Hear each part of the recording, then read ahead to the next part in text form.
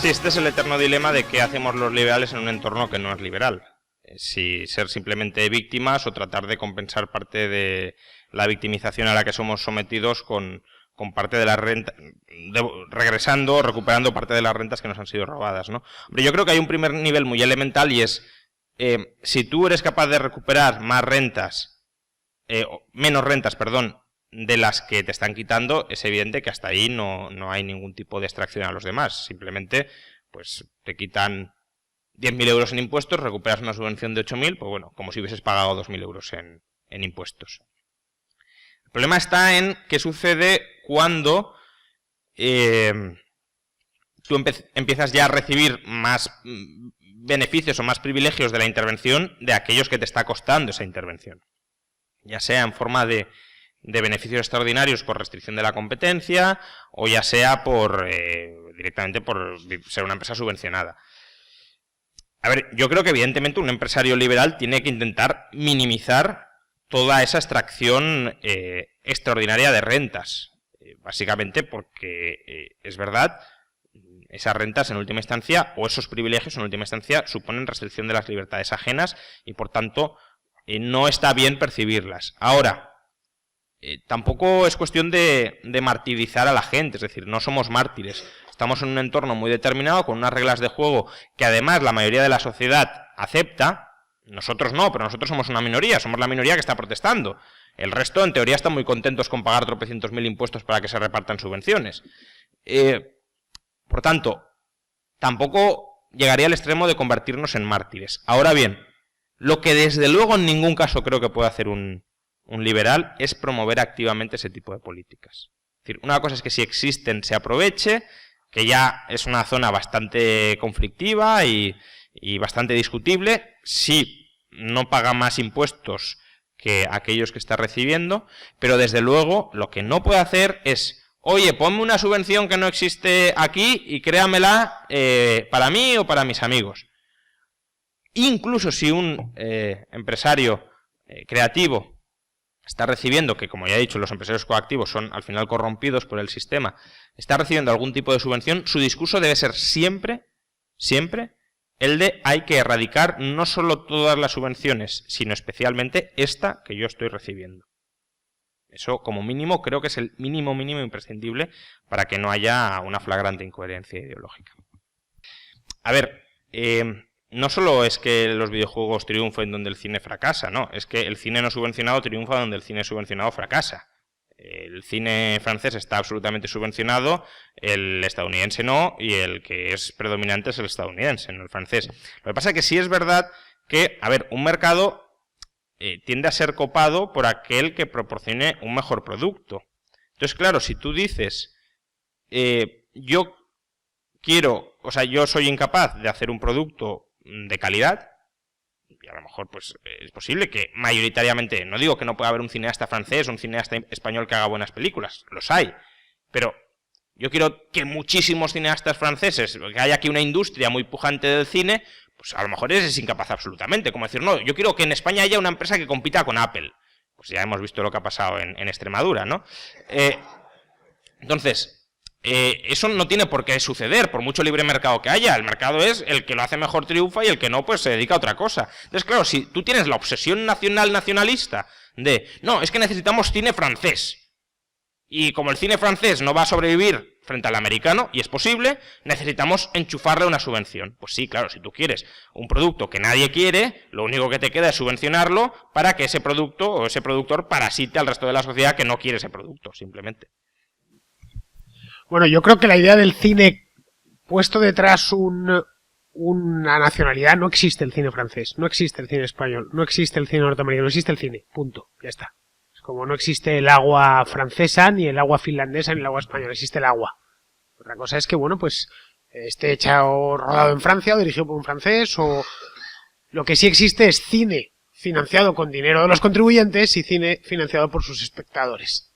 En una empresa típicamente capitalista, que es el cine. El cine es una de las empresas más arriesgadas que existen, en la que tú tienes que anticipar todo el capital, tienes que hacer el desembolso completo, Es decir, si una película cuesta 200 millones de dólares, como son estos taquillazos de Hollywood, hay que soltarlos enteros para luego sacarlo en las salas y a través de la distribución, los canales de distribución habituales, el DVD, bueno, la Netflix y tal, y quizá no los recuperes y te los tengas que comer. Es decir, y estamos hablando de que una película de gran taquilla, pues puede ser que palmen 50 millones de dólares. Los inversores, los que han metido en eso. Entonces, lo que buscan algunos artistas es garantizarse o blindarse contra el fracaso.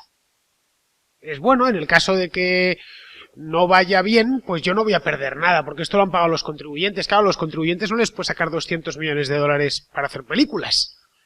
Entonces, al final resulta que el cine subvencionado está mal financiado. Y con poco dinero se hace mal cine. Porque un buen guionista cobra mucho dinero, porque necesitas efectos especiales, porque necesitas muchas semanas de rodaje, etcétera. Entonces, no vemos cine español, o vemos muy poco cine español, porque es un cine hecho con muy pocos recursos. Vemos algunos géneros, como la comedia y tal y cual, dependiendo del año, pero la razón es esa. Es por la misma razón por la que no hay, pues, ¿qué os digo yo? Ciertos productos son complejos, requieren grandes inversiones. La aviación. No existe una industria aeronáutica albanesa. Ni puede haberla. Bueno, hoy por hoy solo hay dos grandes fabricantes de aviones, que es Airbus y Boeing, de aviones comerciales. Y son dos grandes conglomerados multinacionales, pues son productos de... Caray, hoy venía con Cristian, hemos salido de Santa Justa y hemos visto el avión aquel, el A400 que se hace aquí en Sevilla. Ahí tenemos el resultado de un producto típicamente subvencionado. En cambio, otros aviones de la propia Airbus funcionan muy bien en el mercado, el A320, que es el que llevan todas las aerolíneas low cost. Pues con el arte sucede lo mismo. De cualquier manera, y yendo un poco más a lo que preguntabas, a ver, la izquierda en general, desde los años 20, considera, de hecho siguen insistiendo en eso. En concreto en España, Íñigo Errejón hace mucho hincapié en la cosa de la cultura. Le habréis oído hablar de tenemos que cantar las mismas canciones, reconocernos dentro de las mismas figuras culturales. A mí me espanta cada vez que se me ponen los pelos como escarpias. Yo la última vez que eso sucedió en España es cuando iban los chavalines jóvenes vestidos de azul con pantalón corto por las montañas de Ávila con el brazo en alto. Es la única vez que una generación cantó las mismas canciones. Fue la generación de mis padres, por cierto. Bueno, entonces, ellos le dan mucha importancia a eso. Claro, es un sueño que no se va a volver a dar, porque hoy es imposible controlar la cultura en tanto en cuanto sea digitalizado. Por más que nos obliguen o que financien películas, financien literatura, financien exposiciones, al final vamos a consumir lo que nos dé la gana, porque la cultura hoy la consumimos a través de esto. Ya no vamos a las librerías, ya no vamos a las bibliotecas, como es lógico, ya no es necesario, todo lo consumimos a través de una pantalla de distinto tamaño. Entonces, bueno, en cierto modo es algo que está ahí, que no se puede evitar porque hay gente viviendo de eso, pero que el impacto que tiene sobre la sociedad es muy pequeño. Ya me diréis vosotros cuántas películas españolas o cuántas obras de teatro o de subvención habéis visto en los últimos 10 años. Pues probablemente ninguna o muy pocas. El resto de cosas culturales que os habéis metido para la cabeza han sido a través del móvil, del ordenador, del iPad, y lo habéis buscado. Es un dinero gastado que no sirve para nada, en una palabra. Por más que se empeñe Errejón en que cantemos las mismas canciones, yo creo que no lo va a conseguir, de lo cual me alegro. Sí, claro, imaginaos el espanto, que todos cantando las mismas canciones. Pero yo, qué rayo, y yo, que a él le gusta un tipo de música muy distinta a la mía. A él le gusta el ruido, básicamente. Yo no voy a cantar esas canciones. A ver, si tú quieres mantener este estado de bienestar, claro que necesitas esa carga impositiva. Bueno, esta no, una mayor, porque ahora estamos en déficit. Ahora, si tú quieres tener sanidad de calidad, educación de calidad, pensiones de calidad, ¿necesitas un estado tan grande como el actual? No. Puedes reducir el estado a una décima parte, quizá un poquito menos incluso, y tendrías a través del mercado una mejor sanidad, una mejor educación y unas mejores pensiones. Hay un dato, y no me voy a extender porque bueno, esto es un tema que trato en uno de mis libros, Una revolución liberal para España, pero creo que es un dato bastante llamativo, y es que un trabajador que esté cobrando un salario de 15.500 euros anuales, que es el salario modal, el más frecuente en España, está pagando hoy en día unos impuestos anuales de más de 9.000 euros. 15.500 euros está pagando en impuestos más de 9.000. No estoy diciendo que la renta disponible sea de 6.000. porque un trabajador que cobra un salario de 15.500 ya ha pagado previamente alrededor de 4.500 euros de cotización empresarial a la Seguridad Social. Por tanto, en realidad, el que cobra 15.000, cuando cobra 15.000 ya le han quitado 5.000. Pero el que en la nómina en bruto tiene 15.500 está pagando de media más de 9.000 euros en impuestos. Y esos 9.000 euros, desde luego que le permitirían tener una buena sanidad, tener una buena educación, tener unas buenas pensiones y no solo tenerlas, sino poder escoger entre ellas, que es lo que hoy no tenemos, esa potestad, básicamente porque el Estado es una especie de monopolista que nos dice, tú tienes que contratar conmigo. ¿Y qué pasa si quiero contratar con otro? No, tú conmigo.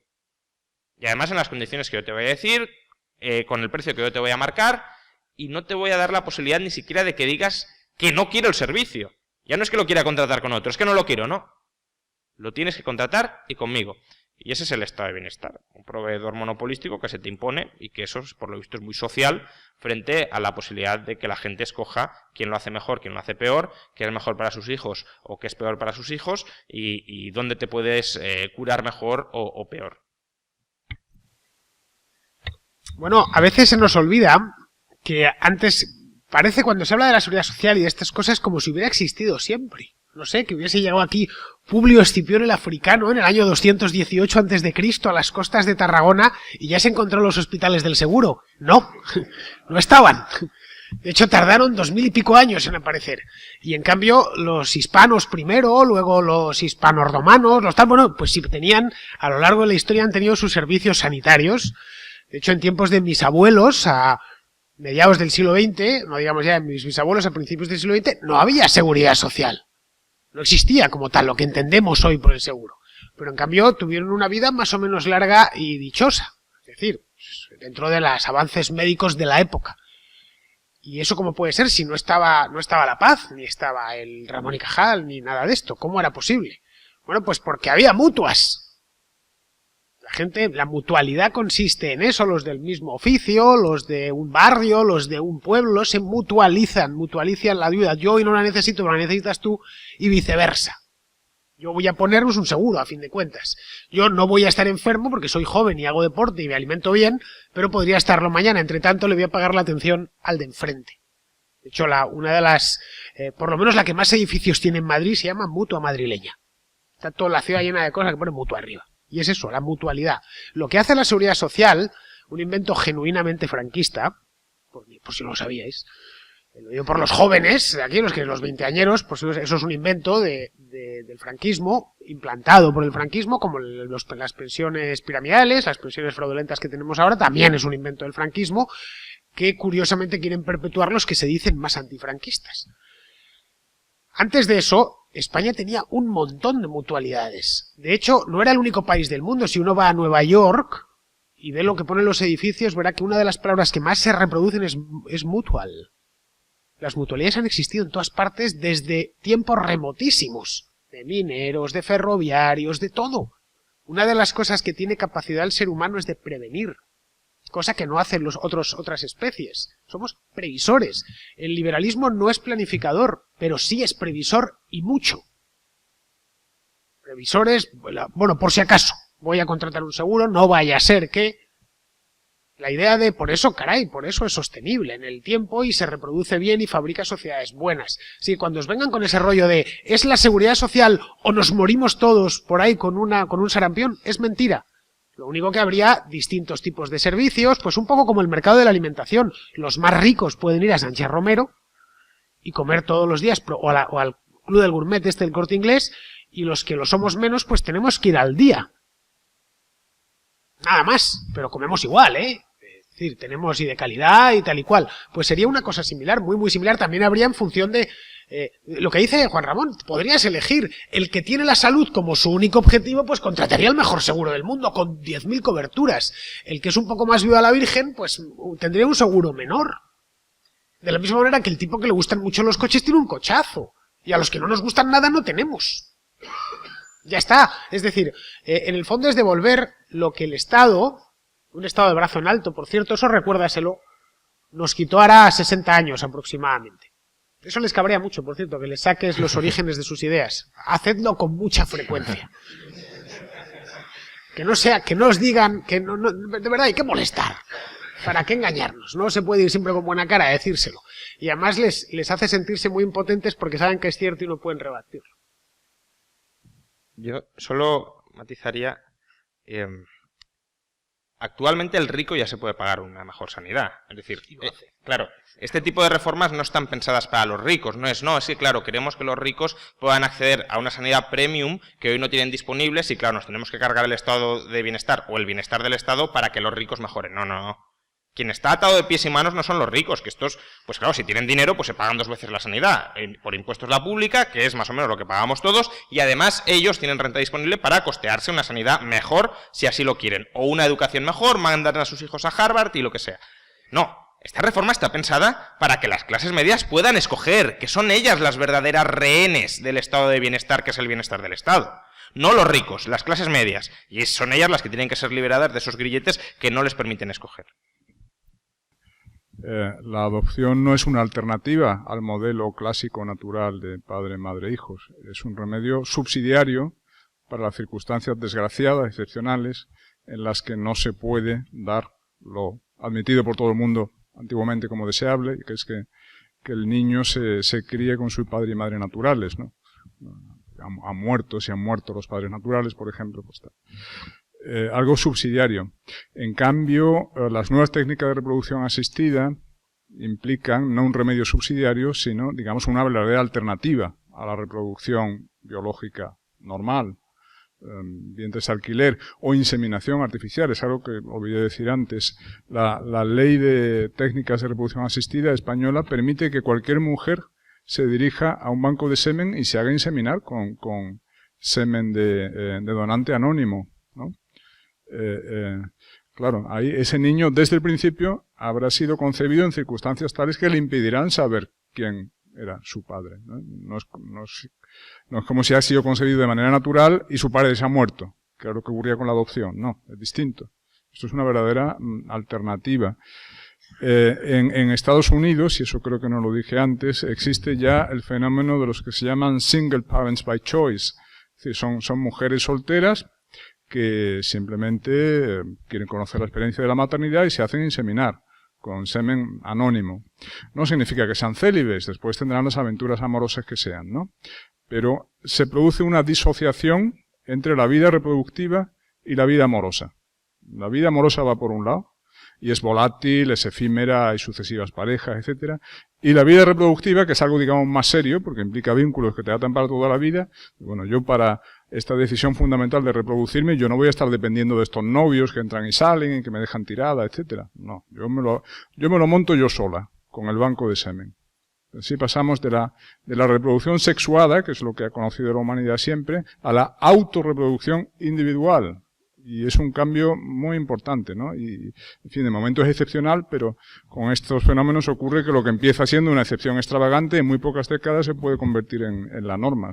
En tal velocidad los cambios que...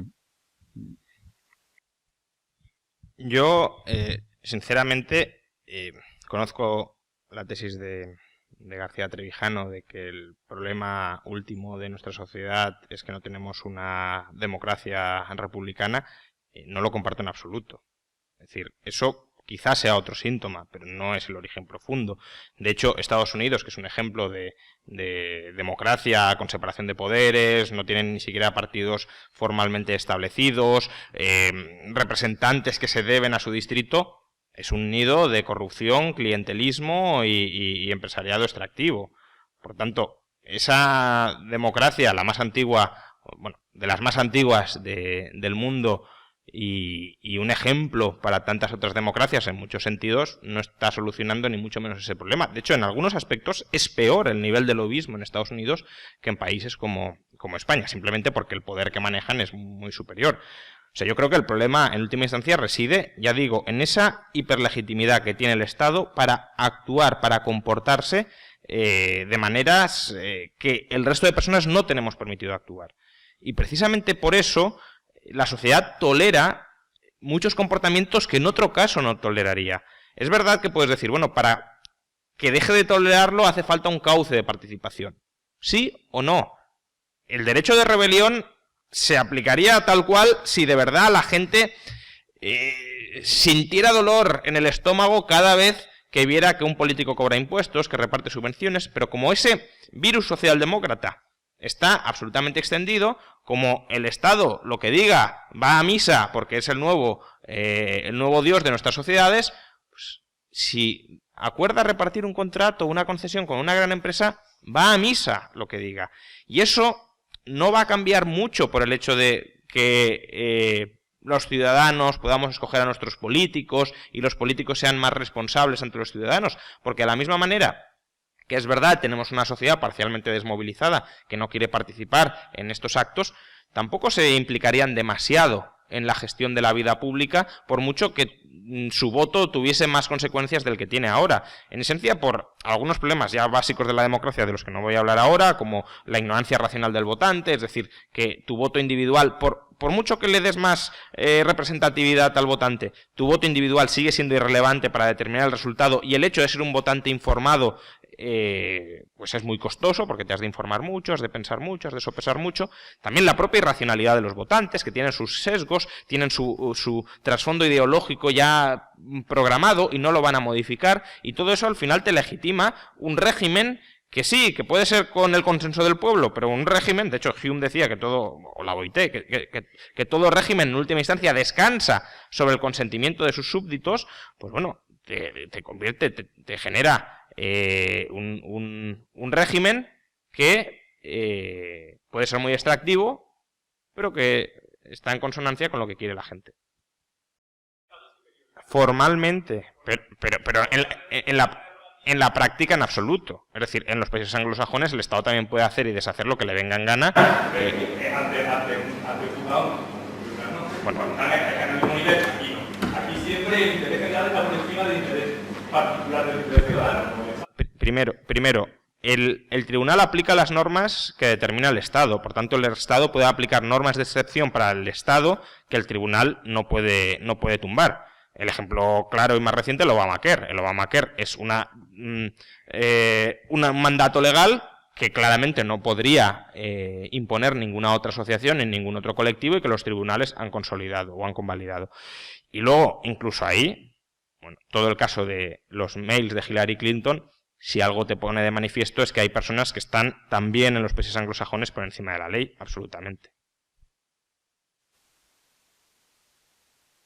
Yo creo que nuestro sistema no tiene nada especial, es equiparable al de Francia, Alemania, Suecia, cualquier país europeo. Bueno, tiene sus defectos, pero es que yo creo que todos los sistemas tienen sus defectos. La política en sí es el mal. No hay más. Entonces, el sistema que cogemos va a tener sus defectos. Cuando tú dices que hay que rehacer la Constitución o hacerla una nueva, pues sí, sería ideal. La Constitución española del 78 no es perfecta, ni bueno, pues no existe Constitución perfecta, no estaría mal tener otra, o no tener ninguna. El problema es que mira a tu alrededor, ¿quién te iba a hacer la Constitución? Claro, aquí no vamos a ser panolis. Es decir, ¿quién nos va a hacer la siguiente Constitución? ¿Cómo va a ser la siguiente Constitución? Es que en la siguiente Constitución nos meten el derecho a la contemplación del paisaje, joder. Y cosas de ese estilo. Claro, eso si nos hacen una... Porque sabéis quién la va a hacer, ¿no? Quién tiene el tiempo, las ganas y la dedicación para esas cosas. Claro, es que vosotros tenéis que trabajar. Y sacar a vuestra familia adelante, ellos no. Entonces, al final, de que la cosa que se quede como está. Igual con la monarquía. Bueno, pues bien, está ahí. Tampoco hace daño. Ya sabemos lo que viene después. Entonces, hay que dejarse menos del politiqueo y de los planteamientos teóricos que no van a ningún sitio e ir más a la cuestión práctica. El Estado puede tener todo lo que tiene gracias a que te quita todo lo que tienes. El único discurso posible ahora mismo entre los liberales de cara a cambiar algo es un discurso abiertamente antifiscal, me canso de decirlo. Ya está, de deslegitimación sistemática de la fiscalidad. Todas las grandes revoluciones liberadoras que ha habido en la historia han tenido un origen fiscal. Y hasta que no nos metamos eso en la cabeza, no vamos a ningún sitio. Es decir, que cada vez que lo he dicho allá donde voy en España, montad una asociación de contribuyentes, leches. que no se gaste ni un euro de dinero vuestro, de dinero nuestro, sin que al menos se opine. Cuando se juntan varios, cada vez que hay esas mesas, esos comités paritarios y tal y cual, es una reunión de pastores repartiéndose a la oveja. No hay ninguna representante de las ovejas, ¿eh? Bueno, pues por ahí va la cosa.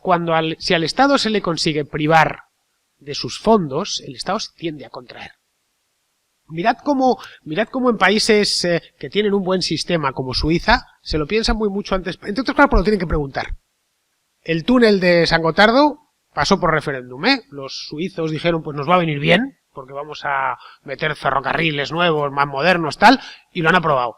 Pero otros los tiran sistemáticamente. Mira el historial de referéndums de los últimos 10 años en Suiza o en Liechtenstein. Verás básicamente que esto es un gasto público, que los propios habitantes de los cantones tiran.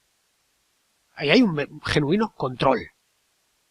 Control ciudadano, no sé qué, no sé cuántos, déjate de control ciudadano. Que no les llegue dinero. O que les llegue muy poco dinero. O que antes de pedir esto, por ejemplo, en Estados Unidos, funciona mejor que los sistemas nuestros. Que tiene que ir a pedir fondos. Caray, que el rey antiguamente tenía que ir a pedir servicios a las cortes. Hoy directamente ni servicios ni puñetas. Se crean, te suben el impuesto a mitad de año y ya está. Ya tienen servicio. Aquí se montó una revuelta en 1520 en Castilla con un montón de ciudades. Porque el Carlos I quería comprarse la corona a Alemania. 3 años de guerra. Pues se negaron a pagar, claro, las ciudades castellanas. Bueno, ¿creéis que ahora tendría algún problema Montoro en comprarse la corona alemana? Ninguno. Al día siguiente nos pone el IVA al 28 y ya está. Y si nos quejamos, encima somos unos defraudadores, unos sinvergüenzas, unos secos, unos insolidarios, pum pum, pum pum, pum pum, pum pum, y ya está. Y además a ti no pisáis un plato de televisión en vuestra puta vida, porque estáis diciendo lo que no tenéis que decir. Fuera, ¿entiendes cómo la clave está en la fiscalidad? Y de hecho está tan en la fiscalidad que toda su obsesión ahora es fiscal. Es que al Estado no le falte, que a Soraya no le falte dinero, que a toda esta gente no le falte dinero. Y lo que os comentaba, que como se te ocurra defraudar tal, bueno, automáticamente eres lo peor del mundo y te vamos a machacar. De lo peor que te pueden acusar es de eso. Ellos saben de qué va el tema, así que olvidaros de las paridas estas, de que si la Constitución, de que si no sé qué, de que si el pueblo, el tal, el cual, que no, que la que tenemos está bien, para lo que sirve, está bien.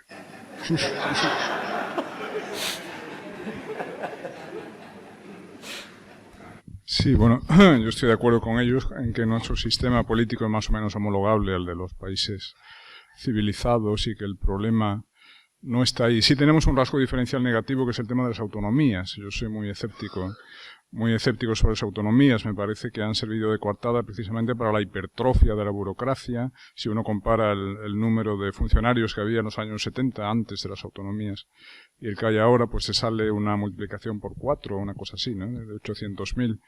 De 800.000 en el 75 a unos 3 millones. Pero en fin, el problema no es el sistema representativo, el problema es el tipo de ideas que monopolizan el imaginario, la hegemonía cultural absoluta de la socialdemocracia. Es que solo hay socialdemocracia, efectivamente, como ha dicho alguien antes. Los liberales somos 4 gatos y si nos presentamos a las elecciones con un programa liberal no nos vota nadie. Yo he colaborado con el partido Vox, que tenía un programa liberal conservador bastante potable a mi modo de ver, y hemos tenido unos resultados perfectamente descriptibles, ¿no? Un partido no socialdemócrata, hoy por hoy, en España, no tiene nada que hacer electoralmente, porque ha calado demasiado en el público la idea según la cual, bueno, tenemos derechos sociales por el mero hecho de existir, por el mero hecho de ser ciudadanos. Tenemos derecho a que el Estado nos proporcione una serie de servicios. Lo que ocurre es que esos servicios ya no son sostenibles, entre otras cosas por razones demográficas, al haberse alterado la proporción de población activa y población pasiva. Y la evidencia de que ya no es sostenible, como demuestran nuestros déficits tremendos de hace 10 años, simplemente no quiere ser admitida, la gente no quiere aceptarlo, la gente se niega a ver la realidad. La gente lo que dice es que no, bueno, véase la pataleta constante frente a los recortes, frente a todo lo que sea política de austeridad, etcétera, toda esta retórica de austericidio, etcétera, el éxito de Podemos, el hecho de que el PP prefiera subir los impuestos antes que recortar gasto público, es porque la gente es adicta al gasto público. Yo diría que aquí hay una doble irresponsabilidad, la irresponsabilidad del electorado. El electorado quiere que se mantengan los servicios públicos, aunque se sabe que no hay dinero para sostenerlos, pero da igual, que se endeude el Estado, que tal, que crezca el déficit, a mí que me importa, etcétera. Irresponsabilidad fiscal del electorado. Pero esa irresponsabilidad fiscal del electorado se ve complementada por una irresponsabilidad política de los políticos. Es decir, los políticos también saben que eso es insostenible, pero se conforman con ganar la siguiente elección. Y saben que no podrán ganarla si le dicen a la gente que hay que hacer recortes de caballo, ¿no? Entonces también van comprando tiempo, a ver si llegamos 2 años más, tal y cual, que es lo que a mí me interesa para poder haber pisado moqueta. Y ya está, nadie maneja un horizonte de más 3-4 años. Creo que es la gran tragedia. La gran tragedia de la sociedad española actual. Tanto los electores, mayoritariamente irresponsables, como en los políticos. No tenemos soluciones únicas porque es que los liberales no somos una secta. Si fuéramos raelianos, pues te las diríamos, pero pues no lo somos. Entonces aquí hay, cada uno tendrá la suya, ¿no? Más o menos coincide dentro de lo amplio que es el liberalismo, ¿no? Que va, como decía Contreras, pues va desde el liberalismo más libertario hasta los liberal-conservadores. Pues hay una serie de puntos comunes, más individuo, menos Estado, más instituciones naturales y menos instituciones artificiales, menos coacción en definitiva. Eso luego se puede sustanciar de una u otra manera, en un programa u otro programa. Pero vamos, tú sabes cuándo vas por el buen camino y cuándo vas por el malo. Tú sabes cuando tienes un ministro de Hacienda que es una calamidad, de la que se hablará dentro de 3 siglos, como Cristóbal Montoro, y cuando tienes un presidente o un alcalde o un concejal que va por el buen camino. Solo se ve. No hace falta que te diga soy liberal o no soy liberal. ¿Sabes? Cuando una cosa está bien hecha y cuando una cosa está mal hecha. Yo no soy político y no lo soy porque haya una ley que me lo impida, no lo soy porque no he querido serlo. Pues ahora no valdría para ello.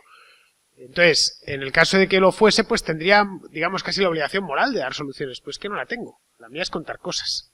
Es mi oficio. Entonces, ¿qué se podría hacer para, iba a decir, acabar por salir un poco de esto? Pues depende. Para empezar, yo creo que lo principal es cortarles el suministro. Quitarles la droga, quitarles la botella. Y la botella es nuestro dinero. Ya está. Y todos los esfuerzos, por lo menos en la primera fase, tienen que ir por ahí. Porque todo lo que hacen, lo hacen con nuestro dinero. Y nos lo quitan. Además, ahora mismo lo han conseguido, el dinero quitado, por supuesto, nos lo damos voluntariamente, han conseguido que además nos sintamos moralmente obligados a dárselo. Y que si les escamoteamos una moneda de 5 céntimos nos sintamos mal. Como ves, hay bastante trabajo. Eso por un lado. Por otro, lo que dices es que esto va lentamente siempre. Esto es la rana en la sartén. Tú sabes que si a una rana la metes en una sartén llena de agua o en una olla llena de agua fría, la rana no se va a quejar, se va a quedar ahí y vas calentándola poco a poco, la rana va a terminar cociéndose. Cosa que si la rana la pones en una olla de agua hirviendo, salta. La rana es incapaz de notar los cambios de temperatura. Pues nos hacen más o menos lo mismo. En Andalucía se ha ido viendo poco a poco. De todas maneras, a ver, lo que se pensaba, por ejemplo, aquí hace 30 años ya se ha olvidado. O hace 40 años ya se ha olvidado. Lo que se quería hacer. Si os acordáis, los que tengáis edad, de cuáles eran los proyectos de la Junta de Andalucía cuando se creó en 1980, a que tienen muy poco que ver con los actuales. Vamos, casi nada. El origen era pues para que Andalucía se desarrollase, consiguiese, ponerse a la altura de Cataluña o otras regiones más ricas, que los andaluces encontrasen empleo, que se modernizase. Hoy es mantener el statu quo, como sea, a cualquier coste. Y mantener enchufado al presupuesto al mayor número de gente posible. Y aquí ya la idea de los sueños de modernidad, de industrialización y tal, hace tiempo que se abandonaron. Pero muchísimo tiempo. Para que te hagas una idea de que no es que haya ido poco a poco, es que han cambiado su planteamiento a lo largo de 40 años. Lo han reelaborado y ahora es otra cosa distinta. ¿Qué será dentro de 40 años? Pues no tengo ni idea en qué estarán, si es que siguen existiendo. que muy probablemente no, ya la cosa haya reventado por insostenible. Pero bueno, esto es lo que hay, vamos.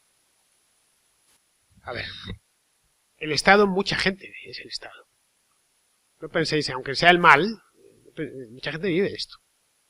Pero hay gente que le saca dinero al Estado, gente que está en el otro lado, que no se lo pone. De hecho, el estado del bienestar reside sobre una gran ficción, que básicamente es el origen por la que la gente lo compra. Y es, yo siempre creo que el balance va a ser positivo hacia mi lado. El hechizo se rompe cuando se dan cuenta que el balance no es hacia su lado. Gran parte de la insatisfacción durante la crisis, las revueltas de los indignados, lo de la Puerta del Sol y tal, vino de ahí. De realmente estoy dando más de lo que me dan a mí. Es como un embrujo. Sí, vale, pago impuestos y tal cual, pero a cambio fíjate todas las cosas que tengo. Mientras ese engaño se mantiene, todo funciona como la seda. El problema es cuando se rompe, que es lo que sucedió aquí en el año 2010-2011. Que empezó a haber una parte creciente de la población que veía que recibía menos de lo que... Es decir, que no quería ser solidario. Que lo que quiero es recibir más de lo que aporto. De hecho, en países... En España no se ha dado eso, pero sí se ha dado en países como Alemania o como Francia, Bélgica, en países más de Centro Europa. Mucha gente que era socialista o directamente comunista se pasaba a los partidos de extrema derecha, xenófobos y racistas. Porque han dicho, vale, a mí esto me interesa... Si el Estado me paga la guardería a mí, a mi hijo. Si el Estado me da los servicios a mí. Es decir, si yo trinco. Ahora, para que trinque uno que acaba de entrar, no. Eso bajo ningún concepto. De hecho, el discurso de la extrema derecha es ese.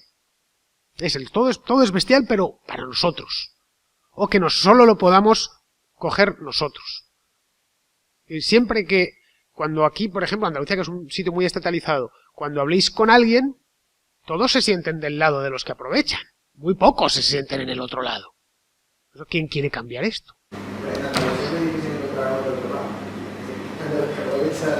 No, hombre, hay gente que pone muchísima, claro. Evidentemente, si no se caería. Sí, pero probablemente esas personas no van a defender nunca quitarlo porque... Pero, Randy, basta con la ilusión. No tiene por qué ser real. Basta con que tenga la impresión de que está trincando. Es decir, basta con la ilusión, con que tú te creas realmente que esto te conviene. En el momento en que ese hechizo se rompe, a freír puñetas. Es cuando aparecen los disgustos, los tal, y te aparecen, pues, el Podemos y cosas por los populistas y tal. Si no, la cosa vuelve a... Alemania pasó unos años de crisis hace 15 años y ahora está bien, está estable, hasta que se vuelva a meter en otra. Y en aquellos años hubo mucho descontento. El año 2000, 2001, por lo mismo, y todo era presupuestario. En el fondo, el presupuesto es el centro de todo. El centro de la política no es la ley. Ni nada de eso, ni la democracia, ni... Es el presupuesto. Una vez conseguidos los derechos fundamentales, tal, el tema ya está resuelto. A partir de ahí es la pelea por el presupuesto. ¿Quién lo llena y quién se lleva de ahí? Y no hay más. Es así de sencillo. Ellos lo saben, La pena es que no lo sepamos nosotros. Una frase memorable del liberal clásico Frédéric Bastiat, que era aquello de todo el mundo quiere vivir a expensas del Estado, pero olvidan que el Estado vive a expensas de todo el mundo. Sí, cierto. Entonces, mientras haya esta visión mágica del Estado como una divinidad omnipotente, que crea riqueza de la nada, la distribuye, etcétera, o quizás ordeña a algunos pobres ricos, que pueden ser ordeñados infinitamente, la gente pedirá más de lo mismo. Hay que explicarles la verdad, ¿no? Explicarles la verdad y explicarles que un escenario alternativo no tendría que ser la catástrofe que ellos imaginan, que yo creo que es lo que impide a alguna gente a escapar de la socialdemocracia, de la cosmovisión socialdemócrata. Lo que decíamos antes, que si no hay hospitales públicos, si no hay colegios públicos, entonces los pobres se van a morir por las aceras, que los niños se quedarán sin educar, etcétera, etcétera. Y que, al tiempo que se critican las deficiencias de la socialdemocracia, hay que explicar inmediatamente las ventajas del posible escenario liberal alternativo, que podrían ser mejores servicios y más baratos, ¿no? Y que nadie se quedaría sin educar y sin curar por carecer de recursos. Pero claro, esto si lo hacemos nosotros, que repito, somos 4 gatos, no llegamos a nadie. La única forma de que estas ideas, de que esta pedagogía del liberalismo llegara a una franja amplia de la sociedad, sería que surgiese un partido liberal serio, con proyección electoral, y que el PP se hiciese liberal, por ejemplo.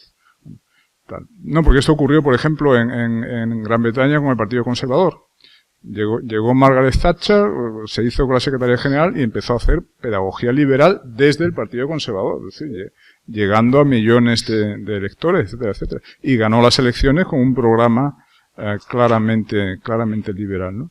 Es la única salida que veo yo, que llegara a hacerse con un partido mayoritario, típicamente del PP, un político con principios y con nuestra visión de las cosas, y desde ahí se pusiera a explicarle a la gente, oye, esto ya no da más de sí, pero hay este otro escenario alternativo que no implica que los niños se mueran de hambre ni que los pobres no vayan al hospital, etcétera, etcétera, explicárselo a la gente. Y quizás por esa vía se podría conseguir algo.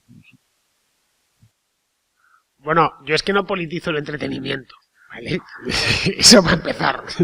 Yo no creo en eso de la música liberal, ni el teatro liberal, ni los videojuegos liberales, ni el cine liberal, ni nada por el estilo. Y me repele, de hecho. Creo que la política es otra de las razones por las cuales el liberalismo no es una secta. No es holística, no lo abarca todo. A ver, a mí, por ejemplo, pues te puedo decir, me gusta Joaquín Sabina, que me gusta, por supuesto. Sí, pero es que Joaquín Sabina está bueno que sea lo que quiera en su vida privada. Me gustan sus canciones, las letras, tal cual. O... ¿te gusta Wagner? No, pero a Wagner le gustaban los nazis. Bueno, joder, para mí también. No puede gustarme. Y lo de los videojuegos, yo creo que cuando lo hacen producto para gente joven, que ese tipo de mensajes venden bien. No creo que estén buscando nada libertario. Sinceramente te lo digo. Puede haber algún elemento, pero no es la función. El videojuego, que ha sido el último gran... casi el último arte dentro de la industria del entretenimiento en entrar. Empezaron hace cosa de 40 años, primero muy sencillos. Vamos, yo toda mi vida, yo nací en los 70 y toda mi vida he jugado a los videojuegos y han ido mejorando con los años. Y ahora, hay unos videojuegos de una complejidad tremenda, a la que yo no puedo jugar porque no tengo tiempo, ¿no? Tampoco me gustarían. Pero vamos, que no los tienen, no sé, una entrada para gente más joven. De ahí que no se entiendan muy bien. Cuando tú tengas 50 años ya verás cómo formarán parte del mainstream. Algo similar sucedió con el cine. Hubo un salto generacional a principios del siglo XX con la llegada del cine, que las generaciones anteriores no lo entendían muy bien. Y de hecho, las primeras películas, hasta el nacimiento de una nación, más o menos, las películas son en esencia obras de teatro filmadas. Y son los nuevos, los que ya están criados con un poco de cultura cinematográfica, los que empiezan a crear el cine propiamente dicho. Bueno, pero es que aquí no hubo motín del té. El motín del té fue en Boston, ¿eh? Es decir, aquí no hubo nunca... Hombre, sí, aquí hubo motines fiscales en España, como en todas partes, y motines del PAN y cosas así, pero nunca no tenemos la misma historia que los Estados Unidos. Es decir, aquí no nos hemos relevado nunca, que yo recuerde, en el siglo XX, desde luego, ¿no? Nunca nos hemos rebelado por un incremento fiscal. Entre otras cosas porque para que haya rebeliones por esa causa tiene que haber una base de contribuyentes muy grande. Que lo perciban como tal, que lo perciban como un asalto. La primera gran base de contribuyentes de la historia de España se forja de los años 60 a esta parte. Para que adquieras la condición de contribuyente tienes que tener algo de excedente. Un tipo que vive con lo justo no puede contribuir con nada, ¿no? Y España es un país muy pobre. Entonces, lo que han conseguido en los últimos 20 años, 25 años, cuando los incrementos fiscales han sido muy grandes, ha sido, por un lado, lo ha tapado el crecimiento económico. Y es que, a pesar de que los impuestos subían, nosotros también cada vez vivíamos un poco mejor. Pues apenas que no lo notábamos. Bueno, sí, a fin de cuentas, aunque pago más, también tengo más cosas que puedo comprar y más servicios que puedo contratar. Y luego, la machacona propaganda. De que los servicios, ¿no habéis visto eso? Está el banner por todas las páginas de internet, te va persiguiendo además. Ese de que aparece una señora detrás con una niña de la mano, dice, y aparece un viejo delante. Y dice, fulanita lleva a la niña al cole gracias a que Juan se retrata. Vamos, que paga los impuestos. Vamos, gracias por Juan o así. De hecho da lugar a una doble lectura bastante cachonda. Dice, bueno, a saber lo que está haciendo la madre, claro. y poner al tío delante. Entonces... eso es una cosa de... Hace muchos años empezaron con lo de Hacienda Somos Todos. Bueno, de eso no te acordarás porque fue en los años 80, cuando empezó la cosa seria. Cuando hacen la reforma en los años 70, en la transición, creo que fue Fuentes Quintana el que la hizo, y ya dicen, bueno, aquí básicamente nos tenemos que apoderar, como sea, de la mitad de la riqueza nacional, para hacer viable esto. Cosa que no era así. Y pues te están con el pendulito. ¿Qué quieres? No quieres tener buena sanidad, no quieres tener tal, no quieres tener carriles bici, pistas para el patinete y cosas por el estilo. Que si lo pagásemos todo al precio que realmente cuesta, con un 15% de la riqueza nacional les bastaría. Te ocultan la otra parte, claro. Por eso no hay revueltas fiscales. De hecho, lo que hay es gente que defrauda. Simplemente, que si tiene la oportunidad o tal... yo creo que el mejor manifiesto antifiscal en España es visitar Andorra o Gibraltar. Ahí está. Por eso les incomoda tanto su existencia. De hecho, Andorra y Gibraltar dejarían de ser una amenaza para el fisco español si el fisco español no fuese tan ladrón. Simple. Queremos ver cuál es el problema, dónde está el resultado, cómo se ha votado con los pies y dónde está la protesta. La protesta está allá donde la fiscalidad es más suave. En otros países de Europa, las empresas holandesas o españolas que están domiciliadas en Holanda. A fin de cuentas, cada uno persigue lo suyo. ¿Tú crees que alguien va a salir a manifestarse o a protestar por una cosa de esas? Leches, ¿tú crees que alguien va a dejarse matar por la democracia, por una rebaja en el IVA y cosas así? No, hombre, uno se deja matar por cosas serias en la vida, por cosas románticas y tal, no por esas gilipolleces. En la guerra civil no pienses que los dos bandos iban a morir por la democracia, ni nada por el estilo. Iban a morir por otras cosas. Las revueltas vienen por otro lado. Si en el caso de que queráis una, que yo no quiero una revuelta, de las revueltas nunca salió nada bueno, de las cosas callejeras y tal. Por complementar lo que acabo de decir de Gibraltar, por ejemplo, conozco los datos últimos de paro que publicó el INE. En la línea de la Concepción se va por encima del 40%, ¿vale? Y bajas, es decir, pasas la frontera a Gibraltar y tienes un 3,75 de paro, ¿vale? La última cifra que publicaron. O sea que algo tiene que ver el tema de la fiscalidad. Y desgraciadamente tenemos que terminar aquí, se ha hecho muy tarde, y nada más agradecer a todos la asistencia y nada, lo que dice el cartel: aprende a defender tu libertad contra el populismo a través de defender nuestra propiedad privada, nuestras libertades civiles y intentar, en la medida de nuestras fuerzas, limitar al Estado. Muchas gracias.